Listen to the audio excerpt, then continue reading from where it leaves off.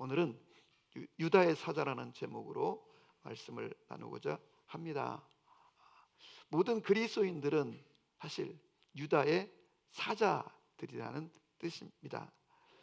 이 땅에 오신 예수님에 관하여 요한계시록 5장에 보면은 이제 하나님의 마지막 때 심판이 이제 집행이 돼야 되는데, 그 임봉을 떼야 되는데 임봉을 뗄 자가 없어 사도 요한이 울었더니 장로 한 사람이 와서 그에게 말하기를, 유다 지파의 사자 예수께서 그 임봉을, 심판의 임봉을 떼실 것이라, 이런 말씀이 있는데, 이 땅에 예수님께서 유다의 사자로 오셨고, 그리고 예수님 안에 있는 모든 그리스도인들도 유다의 사자라는 뜻입니다. 그 점을 같이 오늘 한번 살펴보고자 합니다. 유대인들은 이제 부모가 죽을 때가 되면 자녀들을 모아놓고 축복 기도를 해줍니다. 이것이 전통이기도 하지만, 그 축복 기도는 단순히 부모가 자식에게 복을 빌어주는 것이 아니라 하나님의 대리자로서, 그래서 자녀들은 그 아버지의 또 어머니의 그 축복을 예언적으로 이렇게 받아들입니다. 오늘 본문에는 이제 요셉이 이제 가족들을 다 이집트로 이제 데려왔잖아요. 그리고 그의 아버지 야곱이 늙어 죽음의 시간이 다가왔을 때 야곱이 그의 12아들을 다 모아놓고, 오늘 1절의 말씀입니다. 그리고 너희가 후일에 당할 일을 너희에게 이르랴. 이건 단순히 축복이라기보다는 예언이라고 보는 것이 더 나을 듯 싶습니다. 그래서 이제 아들 장자 르우벤부터 둘째 시므온, 셋째 레위, 넷째 유다 해서 12아들들을 일일이 다 이렇게 축복 기도를 하는데, 사실 축복 기도라기보다는 말씀드린 것처럼 예언적 기도이고, 내용적으로 보면은 세 종류로 그룹핑할 수가 있는데, 첫째, 축복보다는 오히려 그 아버지 야곱의 입에서 나온 말들이 저주에 가까운 말들이 쏟아져 나오는 것을 보게 되는데, 오늘 우리가 3절에 르우벤 장자에 대해서 이렇게 예언합니다. 너는 장자요, 내 능력이요. 장자면은 본래 부모의 이 재산에 다른 형제들보다 2배를 받도록 되어 있습니다. 이게 장자의 권리이고 또 축복이기도 합니다. 그리고 너는 내 장자이고 나의 능력이고 내 기력의 시작이라.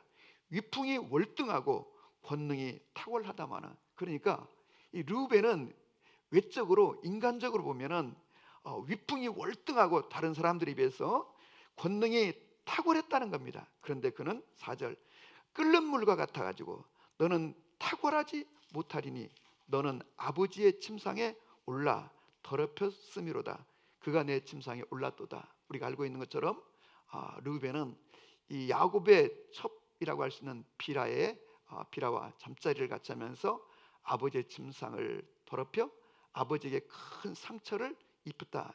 요 점을 가지고 이제 말하는 대목입니다. 그 다음에 시므온과 레위 5절에 나오죠. 그들은 형제요, 그들의 칼은 폭력의 도구였다. 내 호나 그들의 모의에 상관하지 말라 하고, 밑에 보면은 그들은 분노대로 사람을 죽이고 그들의 혈기대로 소의 발목 힘줄을 끊었음이로다. 우리가 아는 것처럼 이제 이 야곱의 집안이 가나안 땅으로 돌아왔을 때 세겜성에 잠시 머물고 있을 때에 그의 누이 디나가 세겜성에 놀러 갔다가 바람 쐬러 나갔다가 이 세겜이라고 하는 그 하몰이라고 하는 추장의 아들 세겜이라는 자에게 겁탈을 당하고, 그리고 이제 결혼을 하고 싶다고 결혼을 요청하자 이 사실을 알게 된 바로 이 오늘 우리가 보는 이 시므온과 레위가 그들에게 할례를 조건으로 요구하고, 그들이 할례를 받고 몸이 퉁퉁 부어 고통하고 있을 때 칼을 가지고 들어가 세겜에 있는 모든 남자들을 다 죽였다는 겁니다.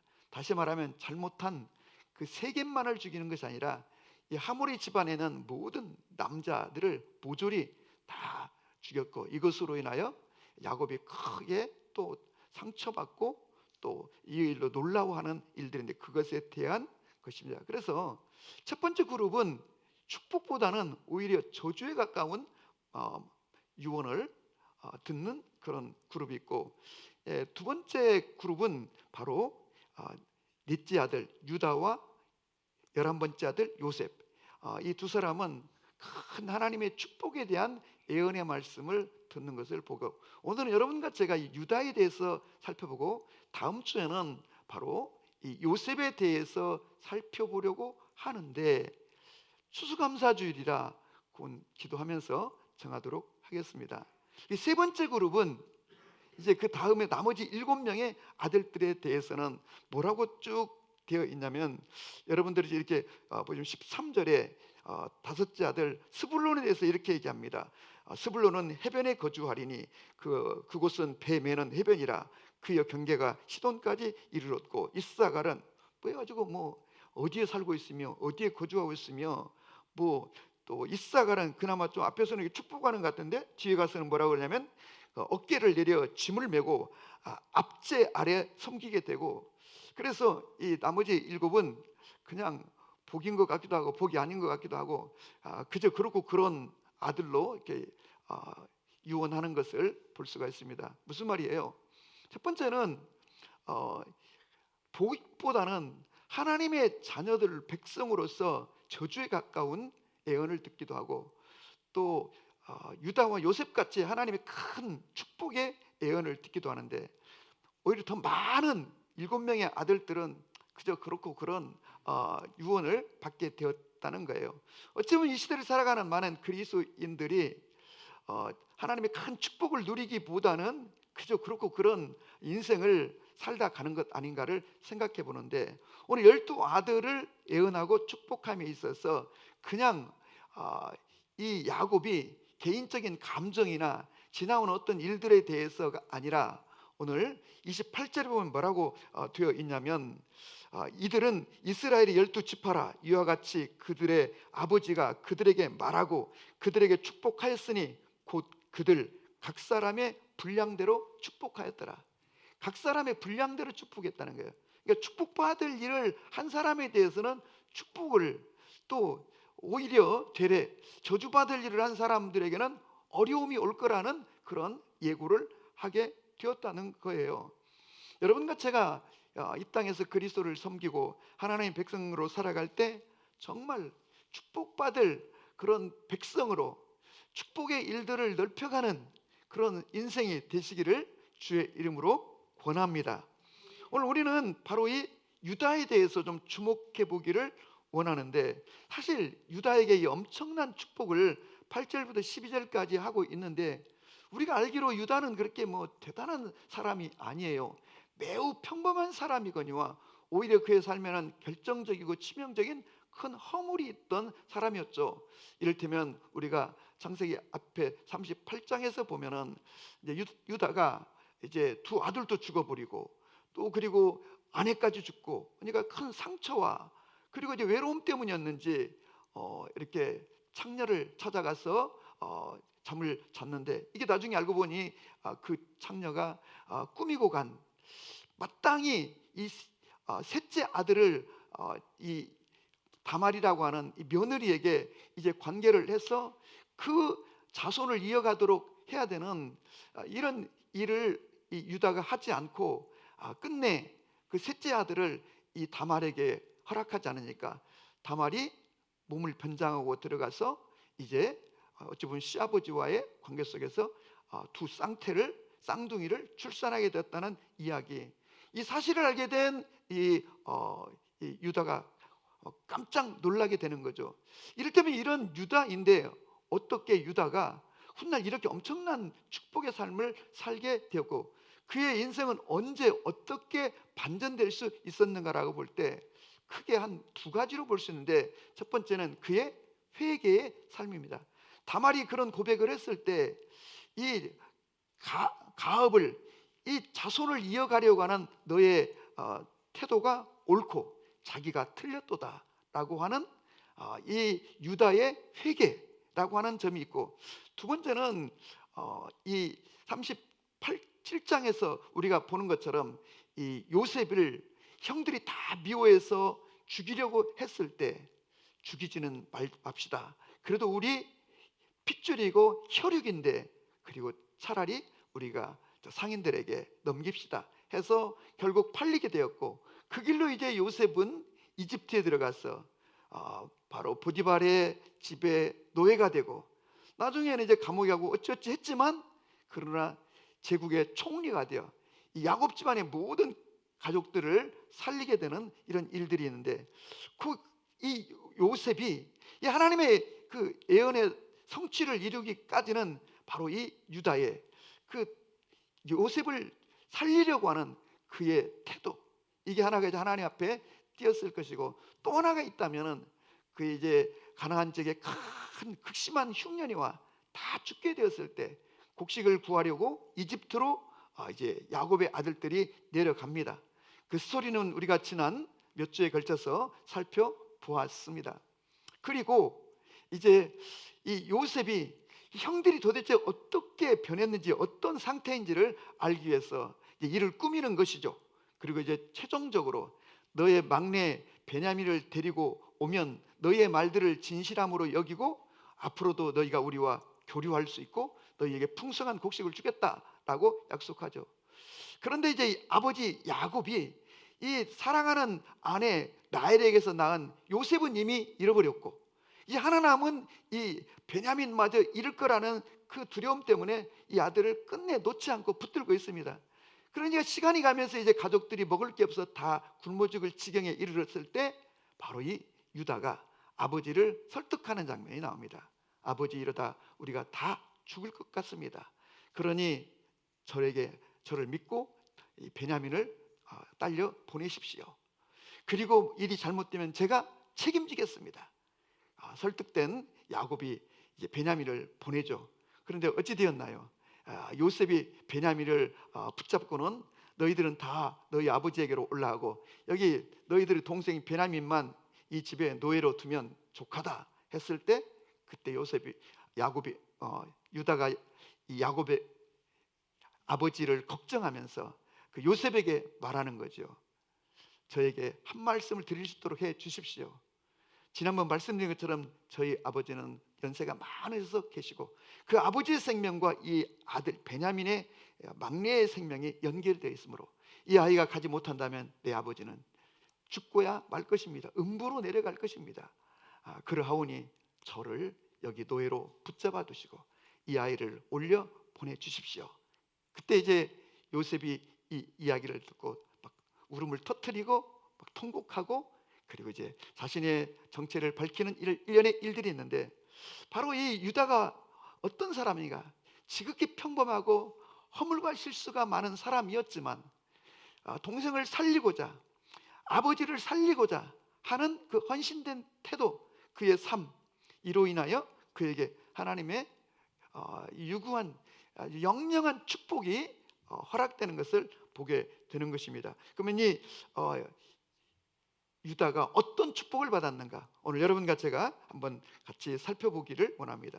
자, 야곱에게는 12아들이 있었는데 당연히 장자의 축복을 르우벤이 받아야 되는데, 르우벤의 이 잘못과 범죄로 인해서 받지 못하고, 그리고 그 장자의 축복이 누구에게로 가는가? 우리가 역대상 5장 2절에 보면 유다는 형제보다 뛰어나고 주권자가 유다에게 났으나 장자의 명분은 요셉에게 있으리니. 그래서 이 장자가 받는 이 2배나 되는 축복, 이 아버지로부터 받는 이 권리를 바로 이 11번째인 요셉이 받지만, 주권자는 유다에게서 나리라. 실질적인 영적인 축복은 유다를 통하여 흘러갈 것을 예고하고 있는 것을 보는데, 자, 오늘 우리는 이 본문을 중심으로 유다가 받았던, 또 유다의 후손들, 유다 지파가 받을 바로 5개의 축복을 한번 살펴보기로 하는데, 첫 번째는 찬송의 축복입니다. 본래 유다라는 이름 자체가 찬송이라는 뜻입니다. 그의 어머니 레아가 그를 낳고 이제 더 이상 내 여동생 라헬과 그 경쟁하지 않겠다, 이제 오직 하나님께 영광을 돌리겠다 하고 그 아들의 이름을 여호와께 영광 하면서 찬송이라는 이름을 붙여 주었습니다. 그런데 여러분, 오늘 바로 야곱이 이 유다를 축복하면서 너는 형제들에게 오늘 8절의 말씀입니다. 찬송이 될지라. 다른 번역서에는 뭐라고 되냐면 이 유다는 형제들로 하여금 칭송을 받게 될 것이라. 그러니까 우리가 이렇게 이 부분을 보면 먼저는 하나님께 찬송하는 그런 복을 받게 될 것이고, 사람들로 하여금 또 칭송을 받는 사람이 될 것이고, 또 하나님께 찬송하는 영광 돌리는 인생을 살아가게 될 것이라고 그렇게 예고해 주었는데, 바로 오늘 이 유다가 받는 이 5가지의 축복이 이 시대를 살아가는 바로 이 시대의 유다의 사자들인 여러분과 저, 예수님을 통해서 유다의 사자들이 된 그 백성들이 받아야 될 축복들인 줄로 믿으시기를 바랍니다. 그래서 평생에 사는 날 동안 하나님을 찬송하고, 그리고 사람들에게 칭송을 받고 늘 찬양하는 그런 인생이 되시기를 바랍니다. 아멘. 역대상 4장에 보면은요, 원래 이제 역대서라고 하는 기라는 성경 자체가 유다의 역사를 기술하고 있잖아요. 그래서 유다 지파에 대해서, 특별히 유다 지파의 족보를 쭉 얘기하다가 4장에 오면 느닷없이 야베스라는 사람의 이름이 나옵니다. 그런데 이렇게 말합니다. 9절에 야베스는 그 형제보다 귀중한 자라. 그의 어머니가 이름하여 이르되 야베스라 하였으니 이는 내가 수고로이 낳았음이라. 그리고 야베스는 하나님께 아뢰어 기도하기를 내게 복을 주시려거든 나의 지경을 넓게 해주고 주의 손으로 나를 도와 환난을 벗어나게 해주시고 근심이 없게 하여 주십시오 했더니 여호와께서 그가 구하는 것들을 다 그에게 허락하여 주었더라. 그러니까 야베스라는 사람은 현실적으로 보면 환난을 면케하시고 라고 한 것처럼 환난 가운데서 수고로이 너를 낳았다는 것처럼 그는 온갖 수고와 환난 가운데 살아갈 수밖에 없는, 아마도 아버지가 없는 어머니가 그의 이름을 지어준 걸로 보아서 그런 인생이 될 것 같은데, 그가 하나님께 나아가 기도했다는 것입니다. 어떤 기도? 바로 이 유다 지파에 주실 그 축복을 달라고 기도하면서 내게 어떻게 복의 복을 더하시고 환난을 면케하여 주시고 지경을 넓혀 주시고 마음에 근심이 없게 주십시오라고 했더니 여호와께서 그가 구하는 대로 이루어 주셨다는 거예요. 오늘 여러분, 이것은 우리에게 무엇을 말하나요? 우리가 현실적으로는 환난 가운데 괴롭게 살아갈 수밖에 없는 인생들이지만 우리가 누구인가? 바로 예수님을 통하여, 바로 유다의 사자가 된 예수님을 통하여 하나님의 자녀의 권세를 얻게 된 우리가 이렇게 야베스처럼 이런 축복을 구할 때 하나님의 축복이 여러분과 저에게 계속 흘러가게 될 줄로 믿으시기를 바랍니다. 아멘. 그래서 우리가 평생에 하나님을 찬양하는 인생, 그런 인생으로 살아가야 되는데, 저는 이제 새벽기도 나올 때 늦게 자다 보면 육체가 조금 몹시 힘들 때가 있어요. 그럼 이제 나오면서 이제 적막감 있는 그 지하 주차장에서 제가 이제 나오면서 이렇게 선포합니다. 우리가 잘 아는 신명기 33장 29절에 있는 말씀, 이스라엘아 너는 행복자로다 한 것처럼 소병근 너는 여호와의 행복자로다. 다 잠들어 있는 이 시간에 새벽 기도를 인도로 가니까 네가 얼마나 행복자인가, 이것이 너에게 얼마나 축복인가, 저를 이렇게 축복하면서 가는데 마음의 위로와 격려, 그리고 아주 힘이 새로워지는 것을 경험할 수 있습니다. 여러분과 저는 우리의 현실 바라보고 현실 따라 살아가는 인생이 아니라 유다의 축복을 영원하리라고 했는데, 그 유다의 축복이요 사실 영원히 지속되는데, 그 이스라엘은 멸망했을지라도 유다라는 이름은 남아 우리는 이스라엘 백성들을 유대인이라 부를 뿐 아니라 이스라엘 나라는 멸망하여 역사가 끝난 것 같은데 예수 그리스도를 통하여 복음으로 그 유다의 축복의 역사가 예수님을 통해서 모든 만백성들에게 전달되고 우리가 이 시대에 바로 여러분 유다의 사자로 살아가는, 유다의 축복을 누려야 될 인생들이므로 저는 여러분들 속에 이 찬양의 축복이, 찬송의 축복이 있기를 주님을 권합니다. 여러분, 우리 성경에 보면 이 찬송이 얼마나 위대한 것인가, 그러니까 찬송할 수 없는 중에 찬송해야 그게 진짜 능력인 거예요. 여러분, 감사할 수 있을 때 감사하고 찬송 부르고 싶을 때 찬송한다면 그건 뭐 누구나 다 할 수 있는 거예요. 근데 예배당에 앉아 있는데 마음이 너무 두엄짜리 같아서 찬송하고 싶지가 않은 거예요. 찬송할 마음이 하나도 없는 거예요. 그럴 때도 의지를 가지고 주님을 찬송하고 주님을 입술을 벌려 주님을 찬양할 때 그게 여러분 믿음인 것이고 그게 능력인 것이고, 감사할 수 없는 조건 상황에서 주님께 입술을 벌려 감사를 선포하게 될 때, 외롭고 힘들 때 너는 행복자라고 선포할 때, 그리고 여러분이 주님을 찬양할 때 그게 능력이 되는 거예요. 그러니까 할 수 없을 때 하는 게 믿음이고 할 수 없을 때 하는 게 능력인 거예요. 이를테면 아람 나라가 이스라엘을 침공에 들어왔을 때, 역대하 20장의 내용이죠. 큰 군대가 왔을 때 여호사밧 왕은 금식을 선포하고 어떻게 했나요? 이스라엘 백성들로 하여금 전열을 구축하고 정비하고 무기를 점검하고 군대를 조직하는 것이 아니라 하나님께 찬양한 레이지파를 통하여 찬양할 자들을 가운을 입혀가지고, 요즘으로 말하면 성가대 가운처럼 가운을 입혀가지고 하나님을 찬미하도록 했다는 겁니다. 그래서 21절에 보면 여호와께 감사하세 그 인자하심이 영원하시도다. 지금 나라가 망하게 되었고 군대에 짓밟힐 상황인데 뭐 그렇게 감사할 게 있다고 이 여호사밧 왕은 그 백성들, 노래하는 자들에게 여호와께 감사하세 그 인자하심이 영원하시도다 하고 외쳤다는 거예요. 그런데 어떤 결과가 나오는가? 22절에 보니까 그 노래와 찬송이 시작될 때 여호와께서 복병을 두어, 그러니까 하나님의 천사를 동원하여 복병을 두어 암몬과 모압과 세일산의 군대를 씻었으니, 우리가 여러분 찬송할 수 없는 상황에서 감사를 선포하고 찬양하면 그때 하나님이 길을 주시고 군대를 이기게 하시며 기적을 행하신다는 것입니다. 이런 역사가 우리의 삶에 실질적으로 있기를 바라요. 두 번째 축복은요, 용맹함의 축복입니다.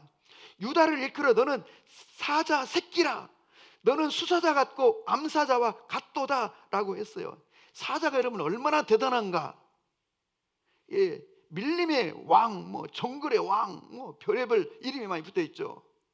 그래서 사자가 얼마나 용맹한지 사자의 울음소리를 한번 들어보시길 바래요.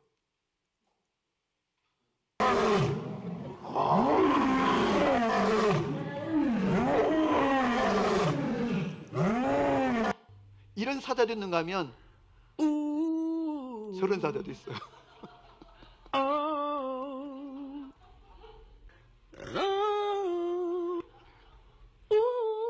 됐어.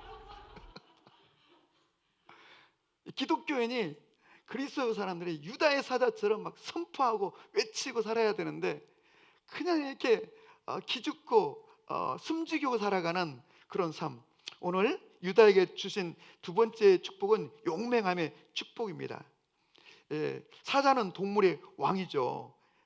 그래서 이 유다 지파가 특별히 이 용맹함을 주어가지고 특별히 정복의 영을 허락하셔가지고, 놀라운 사실은 이스라엘 백성들이 출애굽하여 광야를 지날 때에 언제나 제일 선두에 누구를 세웠냐면 유다 지파를 세웠어요. 이 또한 놀랍잖아요. 왜 유다 지파가, 네 번째 아들인 유다 지파가 선봉에 서고 선두에 서게 되었는가? 민수기 10장 14절에 보면 선두로 유다 자손의 진영의 군기에 속한 자들이 그들의 진영별로 행진하니라고 되어 있어요. 그뿐만 아니라 여러분, 요단을 건너 가나안을 정복해 들어갈 때도 여호수아가 하나님께 물었어요. 여호와여, 우리가 어떻게 가면 되겠습니까? 라고 물었어요. 그랬더니 사사기 1장 1절 2절에 보면 여호수아가 죽은 후에 또 이스라엘 백성들이 여호와 하나님께 물었다. 누가 가나안 사람과 올라가 싸우겠습니까? 그랬더니 하나님께서 바로 유다 지파가 올라갈지니라. 그래서 이 가나안 정복할 때도 제일 선두에 서서 했고, 그리고 계속적으로 유다 지파가 언제나 전쟁을 치를 때에 선봉에 서서 전쟁을 치르는 것을 보게 되고, 무엇보다도 우리가 잘 아는 것처럼 여러분 여호수아 14장에 보면은 이스라엘 백성들이 정복 전쟁을 할 때에 전쟁을 하지 않는 거예요. 좋은 땅 주기만을 기다리고 있을 그때에 여호수아가 그들에게 너희가 원하는 땅을 그려서 가지고 오면 내가 너희에게 나눠주겠다, 그렇게 할 정도로. 그때 여러분 가장 위험한 땅, 정복하기 어려운 땅이 어디냐면 헤브론 지역의 땅이었는데, 그 지역에는 아낙 자손들이 살고 있었기 때문이라는 거예요. 그러니까 누가 또 엄두를 못하는 거죠. 내지 못하는 그때에 바로 우리가 아는 갈렙이, 우리가 여러분 여호수아서 이 가나안 정복 전쟁에서 가장 눈에 두드러지게 띄는 두 걸출한 인물을 본다면 하나는 여호수아고 또 하나는 갈렙인데, 바로 이 갈렙이 유다 지파의 사람이었어요. 그런데 그가 나서서, 내 나이가 지금 85세이지만 45년 전이나 지금이나 똑같아, 전쟁에 능히 나갈 수 있으므로 저 헤브론을 우리에게 맡겨달라고. 그래서 올라가 그 헤브론을 전쟁을 통하여 정복하고 차지함으로 백성들에게 큰 용기를 주는 것을 볼 수가 있는데, 바로 여러분 이 사자가 포효할 때 몇 가지 이유가 있다고 그래요. 그 첫 번째 이유는 뭐냐면, 사자가 크게 포효할 때 그 웅크리고 있는 다른 이 젊은 아직 경험이 없는 어린 사자들에게 힘을 북돋는다는 거예요. 용기를 북돋는다는 거예요. 힘을 내라고 한다는 거예요.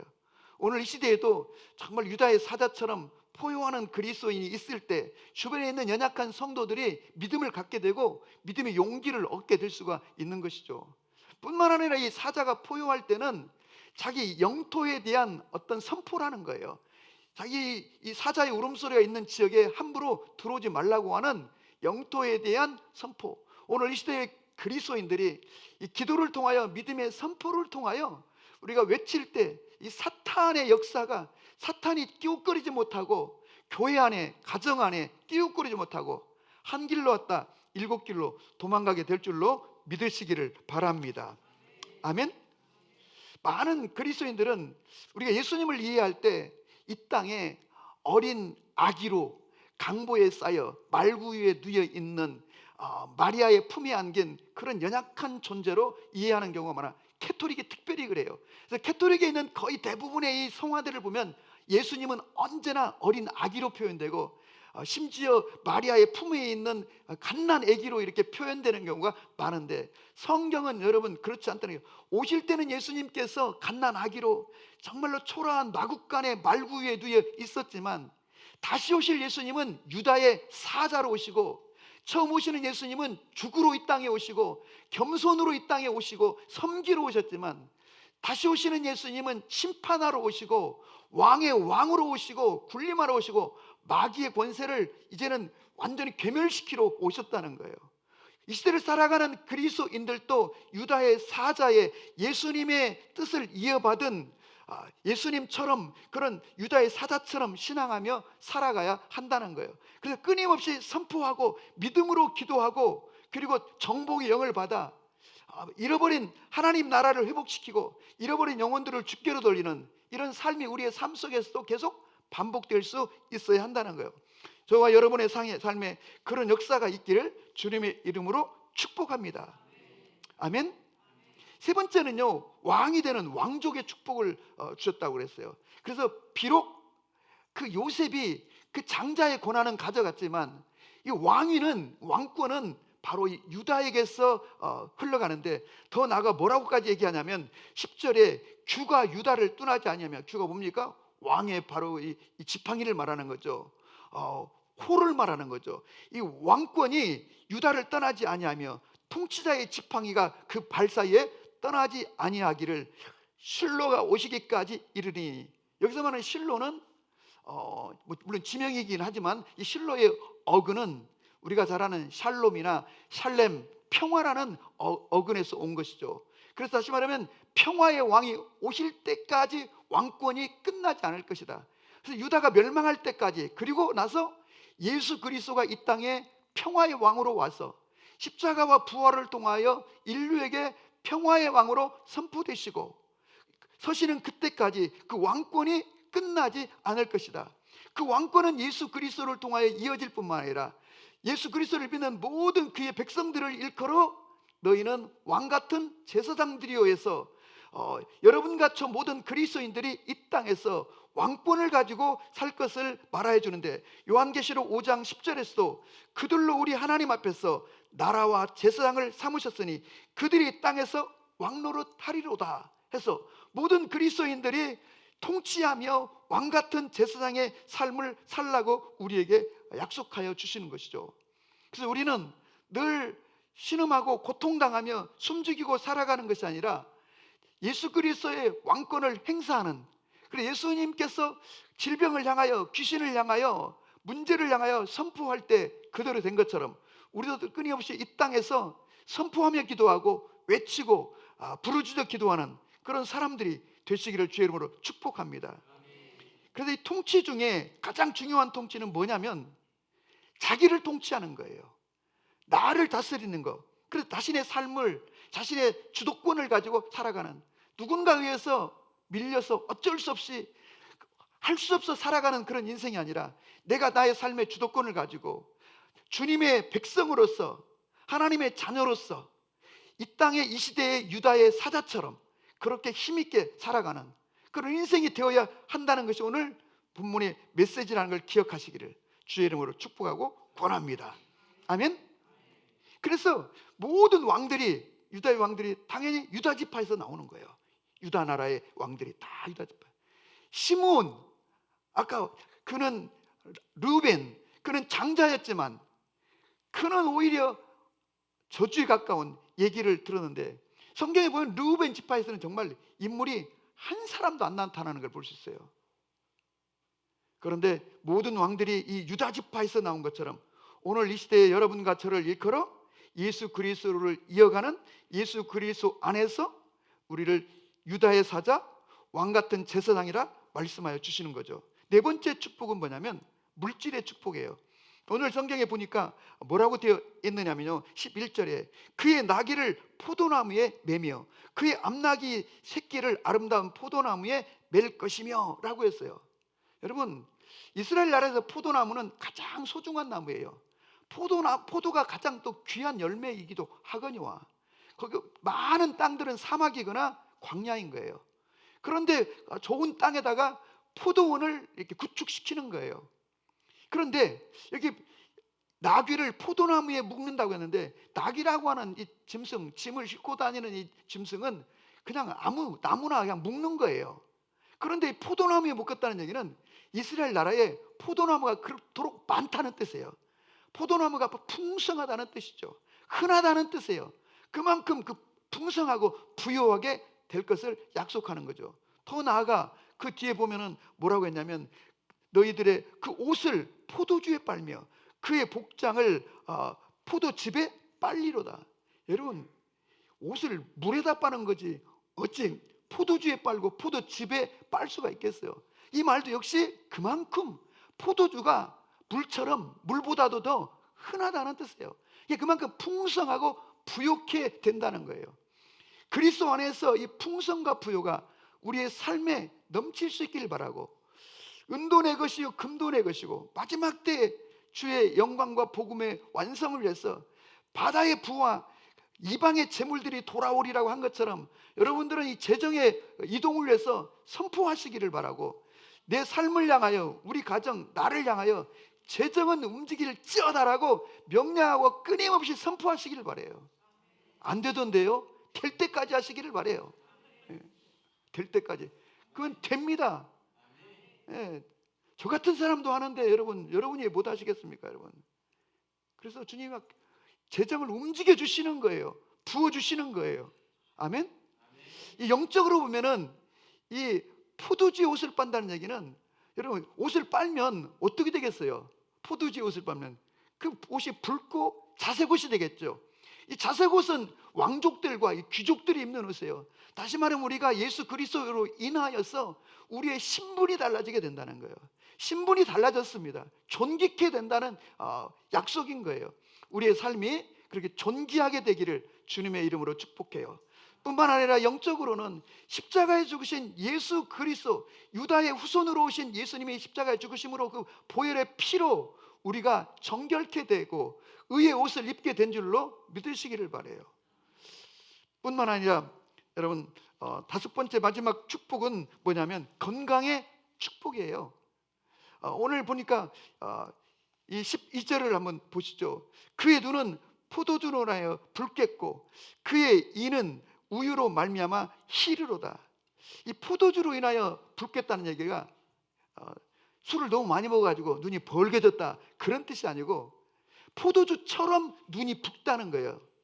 그래서 쉬운 말 성경은 이렇게 번역해 놨어요. 그의 눈은 포도주보다 붉겠고 이빨은 우유보다 희도다. 현대어 성경도 몸도 어찌 튼튼한지 두 눈은 포도주보다 더 빨갛고 이빨은 우유빛보다도 희도다, 이런 말이에요. 그러니까 다시 말하면 건강하게 된다는 거예요. 여러분, 유다의 자손으로 유다의 축복을 받은 오늘 그리스도인의 삶 속에 이런 건강의 축복과 번성의 축복을 주님 우리에게 허락하여 주시기를 바랍니다. 아멘. 그래서 이 포도주보다도 포도주처럼 이 눈이 붉겠다고 한 것처럼 여러분의 눈이 흐리멍텅하고 그런 맥없는 눈이 아니라 이 건강하고 이 왕성하고 비전이 넘치고 꿈꾸는 그런 눈이 될 수 있기를 바라고, 이빨은 건강하여 우유빛처럼 희게 되었다는 거예요. 여러분, 이빨이 다 빠져나가가지고 그런 게 아니고 이빨이 튼튼하다고 한 것처럼 여러분과 저의 주님께서 이 건강의 복을 주시도록 선포하시고, 중요한 건 여러분과 제가 유다의 후손이라는 사실을 믿으셔야 되는 거예요. 예수께서 유다의 후손으로 오셨고 우리는 예수님을 통하여 유다의 후손이 되고 예수님이 유다의 사자가 된 것처럼 여러분과 저도 이 땅에서 유다의 사자로 살아가야 마땅하다는 것을 기억하시길 바라요. 그래서 나귀를 포도나무에 메고 그리고 옷을 포도주에 빠는 것처럼 이렇게 풍요와 이 번성의 역사를 허락하여 주신 것처럼 우리의 삶에도 그런 은총이 있기를 바라는데, 실제로 유다의 지파가 굉장히 번성한 것을 볼 수가 있어요. 이스라엘 백성들이 이제 가나안을 정복해 들어갈 때에 민수기에 보면은 군대에 나갈 만한 자들, 20세 이상 전쟁에 나가 싸울 만한 자들을 계수하라 했더니 대충 계산해 보니까 한 60만 한 5천 명 정도가 되었어요. 그런데 그러면 60만 5천 명이면 12지파로 구분해 본다면은 각 지파에 한 평균 5만 명씩 되어야 되는데, 그래서 어떤 지파는 뭐 3만 7천 명, 뭐 3만 5천 명 하는데 이 유다 지파는 계산해 보니까 7만 4천 600명이었다는 거예요. 다시 말하면 숫자적으로도 유다 지파가 번성하게 되었고, 그리고 전쟁에 나가 이렇게 혁혁한 공을 세워가지고 이스라엘 지도를 보시면 유다 지파가 가장 요지들을, 중요한 지역들을 차지하고 있는 것을 우리가 이제 보게 되는 것이죠. 여러분, 결론입니다. 유다가 지극히 평범하고 오히려 치명적인 결점이 있는 그런 사람이었음에도 불구하고 어떻게 그의 인생이 만회되고 회복되고 그리고 축복을 누리는 그런 인생이 될 수 있었겠는가? 말씀드린 것도 첫째, 회개가 그의 인생의 전환점이 되었고, 또 하나는 다른 사람을 위한 그 희생, 하나님 나라를 위한 희생, 이 사람을 살리려는 그의 태도, 여기에서 그의 축복이 온 것처럼 여러분과 제가 오늘 시대를 살아가면서 늘 자신을 성찰하며 주님 앞에 깊은 회개를 통하여 우리 인생의 새로운 삶의 전환점을 맞이하시기를 바라고, 영혼을 살리고 정말로 구원하는 저 불쌍한 영혼들, 저렇게 살다 결국 지옥에 떨어질 수밖에 없는 저 운명의 영혼들을 막 안타까워하며, 그것이 내 남편일 수 있고 내 자녀일 수 있습니다. 내 이웃일 수 있고 내 친구일 수 있습니다. 영혼 살리는 일에 우리가 뜻을 정하면 주님이 우리에게 유다의 축복을 허락하여 주시는 줄로 믿으시기 바랍니다.